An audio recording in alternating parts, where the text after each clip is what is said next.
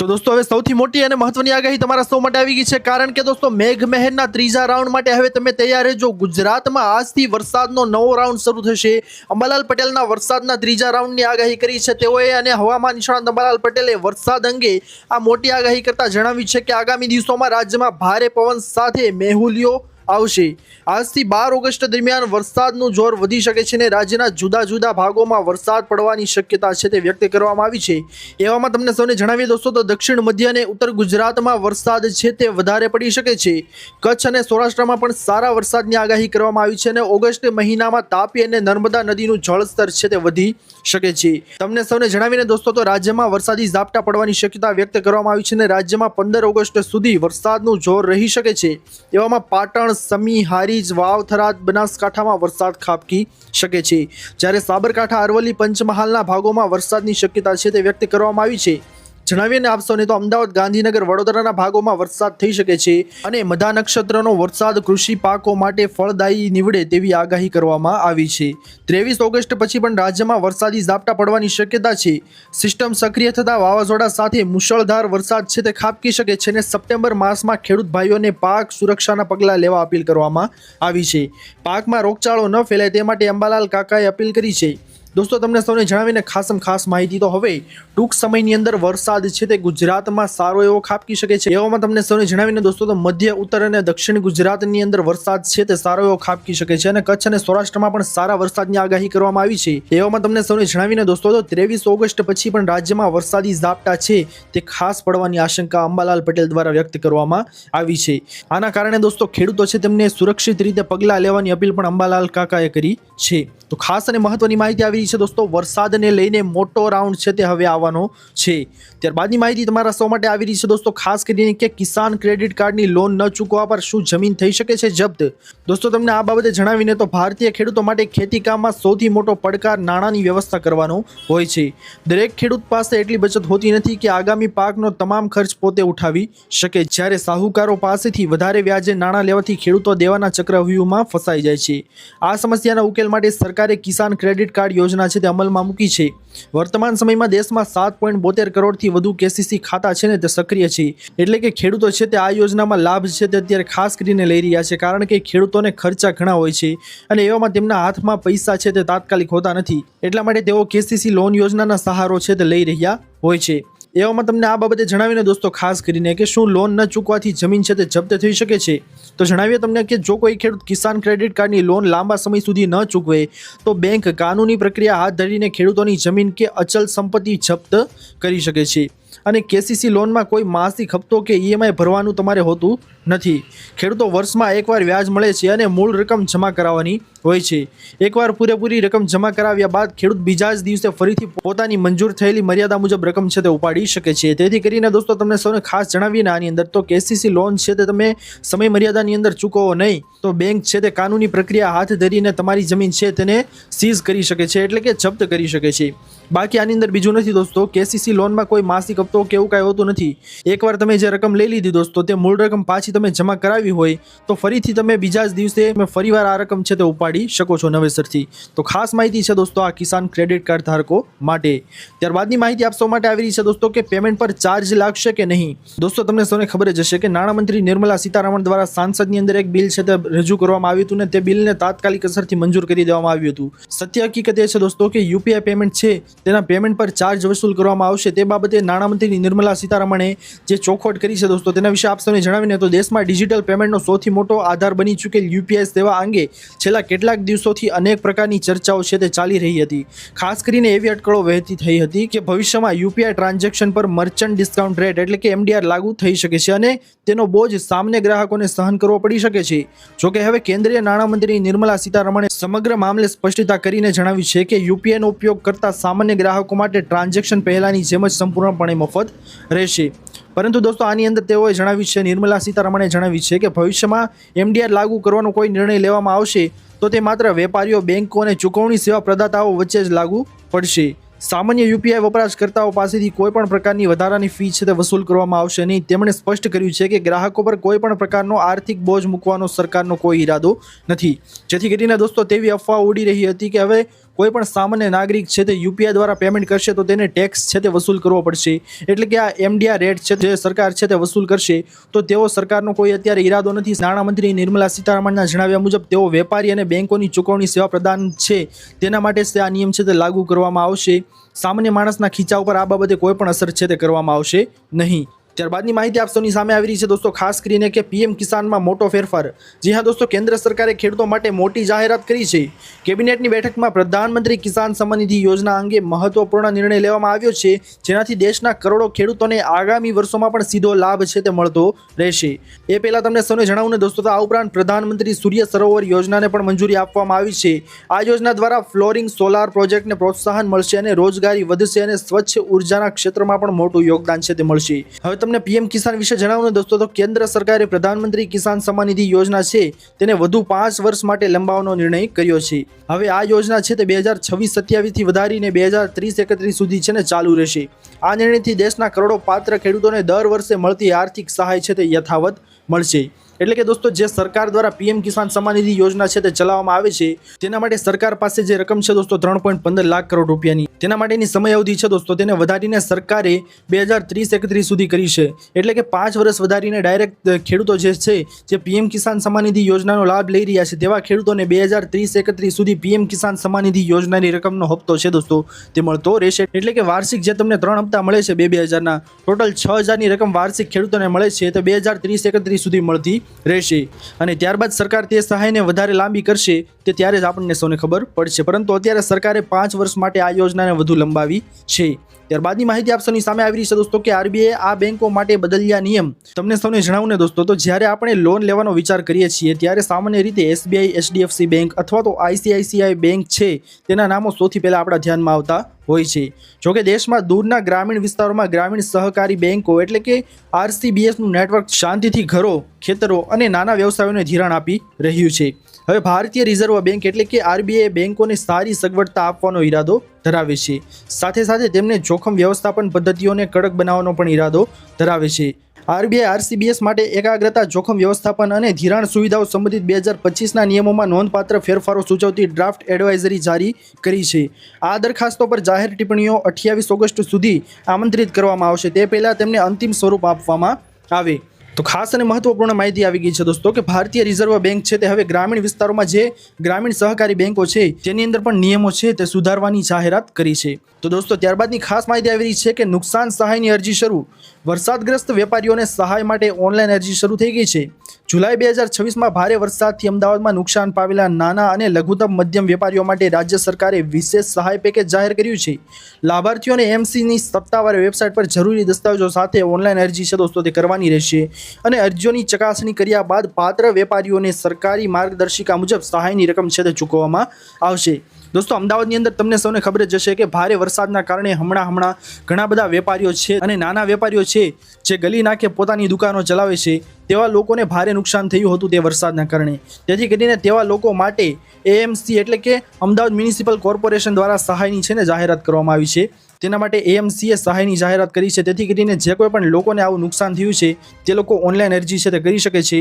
જુલાઈ 2026માં જે ભારે વરસાદ આવ્યો હતો તેના કારણે જે કોઈ પણ નુકસાન થયું છે તે નાના અને લઘુત્તમ અને મધ્યમ વેપારીઓ માટે સરકારે આ મહત્વની જાહેરાત કરી છે. તો અત્યારે જ તમે અરજી કરી દેજો.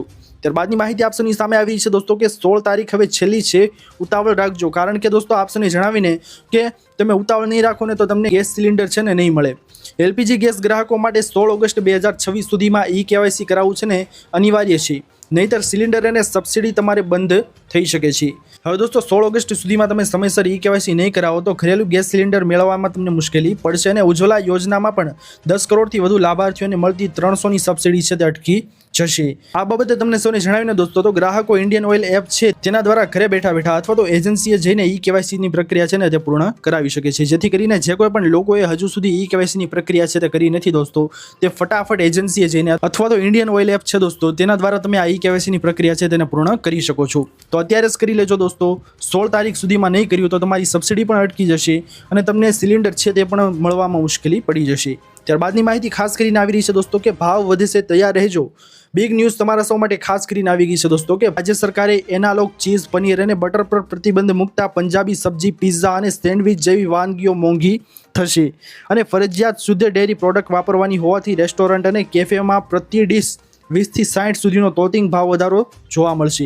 જે પનીર બટર મસાલા 220 મળતું હતું તે હવે 260 સુધી પહોંચી જશે અને અસલી સ્વાદ અને સ્વાસ્થ્ય માટે લોકોએ વધુ પૈસા છે તે ચૂકવવા પડશે। તો ખાસ અને મહત્વપૂર્ણ અપડેટ તમારા સૌ માટે આવી રહી છે દોસ્તો કે જે તમને સૌને ખબર હશે કે એનાલોગ ચીઝ છે, પનીર છે અને બટર છે તેની ઉપર સરકાર દ્વારા પ્રતિબંધ છે તે મૂકવામાં આવ્યો છે તાત્કાલિક ધોરણે। તેથી કરીને હવે પંજાબી ફૂડ રસિયાઓ છે તેમના ખિસ્સા ઉપર ભાર વધવાનો છે, કારણ કે દોસ્તો હવે જે ચીઝ અને પનીરને બંધ થવાના કારણે જે સ્વાદ રસિયાઓ છે તેમના માટે આ ભાવ વધારો છે તે ઝીકવામાં આવ્યો છે અને ભાવ વધારો તમને જોવા પણ મળશે રેસ્ટોરન્ટની અંદર।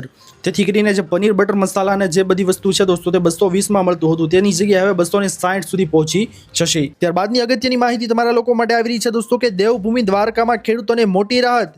તમને સૌને જણાવીએ ને દોસ્તો, દેવભૂમિ દ્વારકા જિલ્લામાં વરસાદની લાંબી ખેંચને કારણે ખેડૂતોમાં ચિંતાનો માહોલ સર્જાયો હતો।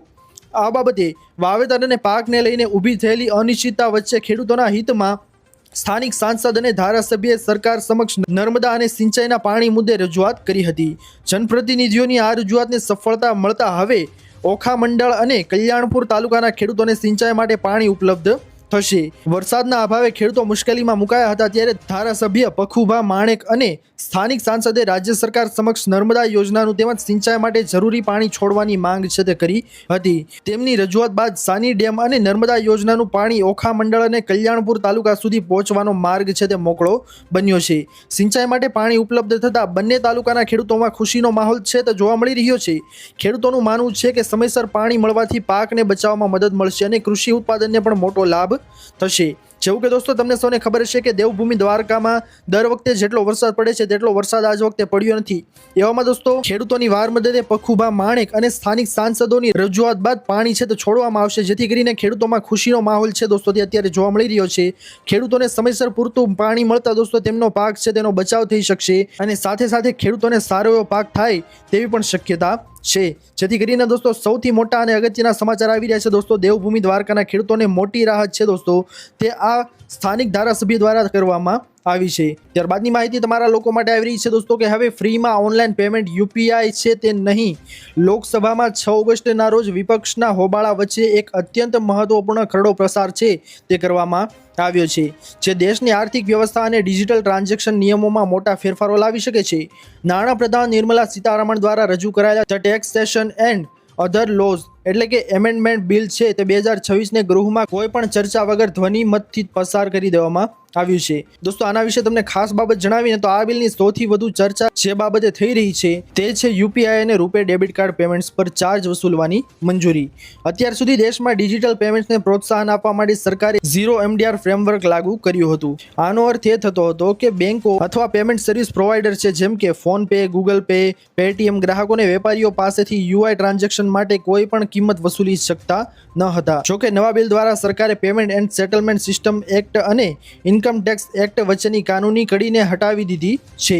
આ સુધારાથી સરકારને હવે એવો કાનૂની અધિકાર મળી ગયો છે કે તેઓ આગામી સમયમાં અમુક ચોક્કસ પ્રકારના યુપીઆઈ અથવા તો રૂપે ટ્રાન્ઝેક્શન પર મર્ચન્ટ ચાર્જ એટલે કે એમડીઆર લગાવી શકે છે। જેથી કરીને સૌથી અગત્યની માહિતી તમારા લોકો માટે આવી રહી છે દોસ્તો કે હવે ફ્રીમાં જે ઓનલાઈન તમારે પેમેન્ટ થતું હતું તે યુપીઆઈથી હવે તમારે ચાર્જ જે છે તે વસૂલ તમારી પાસેથી કરવામાં આવશે અને એનું બિલ છે તે લોકસભાની અંદર 6 ઓગસ્ટના રોજ વિપક્ષના હોબાળાની વચ્ચે આ બિલ છે તે રજૂ કરવામાં આવ્યું હતું અને મહત્વની વાત તો એ છે દોસ્તો કે આ બિલ છે તેને મંજૂર પણ કરી દેવામાં આવ્યું છે। એટલે કે ખાસ અને મહત્વની માહિતી આવી રહી છે દોસ્તો કે ટૂંક સમયની અંદર સરકાર કદાચ આ નિયમ વિશે ફેરફાર કરી શકે છે અને યુપીઆઈ અને રૂપે ટ્રાન્ઝેક્શન પર મર્ચન્ટ ચાર્જ એટલે કે એમડીઆર લગાવી શકે છે અને તમારી પાસેથી આ ચાર્જ જે છે તે વસૂલ પણ કરી શકે છે। ત્યારબાદની માહિતી આવી રહી છે દોસ્તો હવે કે લોનના હપ્તાને લઈને નવો નિયમ। જો તમે પણ ઈએમઆઈ એટલે કે હપ્તા પર કોઈ સ્માર્ટફોન કે અન્ય ડિવાઇસ ખરીદવાનું વિચારી રહ્યા છો તો તમારા માટે એક મહત્વપૂર્ણ અને રાહતના સમાચાર છે। ભારતીય રિઝર્વ બેન્કે લોન વસૂલાતના નિયમોમાં મોટો ફેરફાર કર્યો છે। નવા નિયમો આવ્યા બાદ હવે ફાઇનાન્સ કંપનીઓ કે બેંકો ઈએમઆઈ ચૂકવવામાં મોડું થવા પર તરત જ તમારા સ્માર્ટફોન કે ડિવાઇસને બ્લોક કે લોક કરી શકશે નહીં। નિયમ મુજબ જો કોઈ ગ્રાહકનું પેમેન્ટ ચૂકાઈ જાય તો પણ કંપનીએ તેને પૂરતો સમય અને નોટિસ આપવી પડશે। જો કંપની લોન ક્લિયર થયા પછી અથવા હપ્તો ભરાયા પછી પણ ડિવાઇસ અનલોક કરવામાં બિનજરૂરી વિલંબ કરશે તો તેણે ગ્રાહકને દંડ રૂપે વળતર પણ ચૂકવવું પડશે। અને અનલોક કરવામાં વિલંબ થયો તો મળશે વળતર। રિઝર્વ બેંકના આ નિર્દેશો અનુસાર જો હપ્તો ભરાઈ ગયા બાદ અથવા લોન પતી ગઈ પછી પણ જો ફાઇનાન્સ કંપની સમયસર ડિવાઇસ અનલોક નહીં કરે તો તેણે ગ્રાહકને દર કલાકના હિસાબે ₹250 પ્રતિ કલાકે વળતર આપવું પડશે। આ નિયમથી ગ્રાહકોને મોટી રાહત મળશે અને ફાઇનાન્સ કંપનીઓની મનમાની પર રોક લાગશે। જેથી કરીને સૌથી અગત્યના સમાચાર આવી ગયા છે દોસ્તો કે હવે જો તમે લોન ઉપર કોઈ પણ ડિવાઇસ ખરીદો છો, સ્માર્ટફોન ખરીદો છો, તેવામાં દોસ્તો હવે લોકો માટે આરબીઆઈ દ્વારા એક મોટો અને મહત્વનો નિર્ણય છે તે આપી દેવામાં આવ્યો છે। તેથી કરીને હવે લોન આપનાર કંપનીઓ, ફાઇનાન્સ કંપનીઓ છે તેના માટે આ મોટો ઝટકો સાબિત થઈ શકે છે। ત્યારબાદની માહિતી આપસોની સામે આવી રહી છે દોસ્તો કે ગોબરથી કમાણી હવે ગામડે ગામડે પ્લાન્ટ। આપસોને ખબર જ હશે દોસ્તો કે સરકાર હવે ગોબરથી ગોબરધન યોજના છે તેના દ્વારા ખેડૂતોને સારું એવું વળતર છે તે આપી રહી છે। મોદી કેબિનેટે બાયોગેસ અને કોમ્પ્રેસ્ડ બાયોગેસ એટલે કે CBG સેક્ટરને પ્રોત્સાહન આપવા માટે ગોબરધન યોજનાને મંજૂરી આપી છે। આ યોજના પર 23,731 કરોડ રૂપિયાનો ખર્ચ કરવામાં આવશે। આ સાથે સાથે આસામમાં 4 લેન હાઈવે નિર્માણ સાથે જોડાયેલા પ્રોજેક્ટને પણ મંજૂરી મળી ગઈ છે। બંને નિર્ણયોની કુલ કિંમત આશરે 32,000 કરોડ રૂપિયા છે તે જણાવવામાં આવી છે। કેબિનેટનો મોટો નિર્ણય એ છે દોસ્તો કે 23,731 કરોડની ગોબરધન યોજનાને મંજૂરી આપશે અને ગામડે ગામડે બનશે આ બાયોગેસ। દોસ્તો આપને ખબર જ હશે કે ખેડૂતો છે તે હવે ખેતરની અંદર આ પ્લાન્ટ લગાવી અને સારી એવી કમાણી છે તે કરી શકે છે।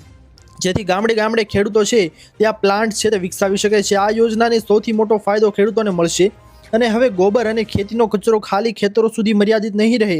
ખેડૂતો તેને બાયોગેસ પ્લાન્ટને વેચીને વધારાની કમાણી પણ કરી શકશે। તેનાથી પરાળી અને બીજા ખેડૂતોને કચરાની સળગાવવાની જરૂરિયાત પણ ઓછી થશે, જેથી પ્રદૂષણમાં ઘટાડવામાં મદદ પણ કરશે આ યોજના। જેથી કરીને ખેડૂતો છે તેમના માટે આ સૌથી અગત્યની માહિતી આવી રહી છે દોસ્તો કે ગોબરથી કમાણી હવે ખેડૂતો કરી શકશે।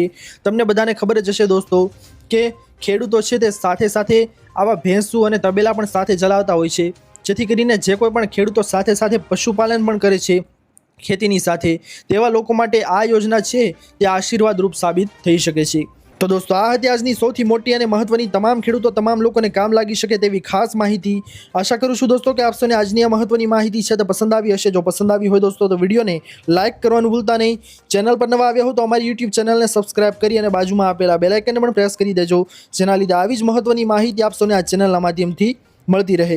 મળીએ દોસ્તો હવે પછીના વિડીયોમાં, ત્યાર સુધી જય હિન્દ અને વંદે માતરમ।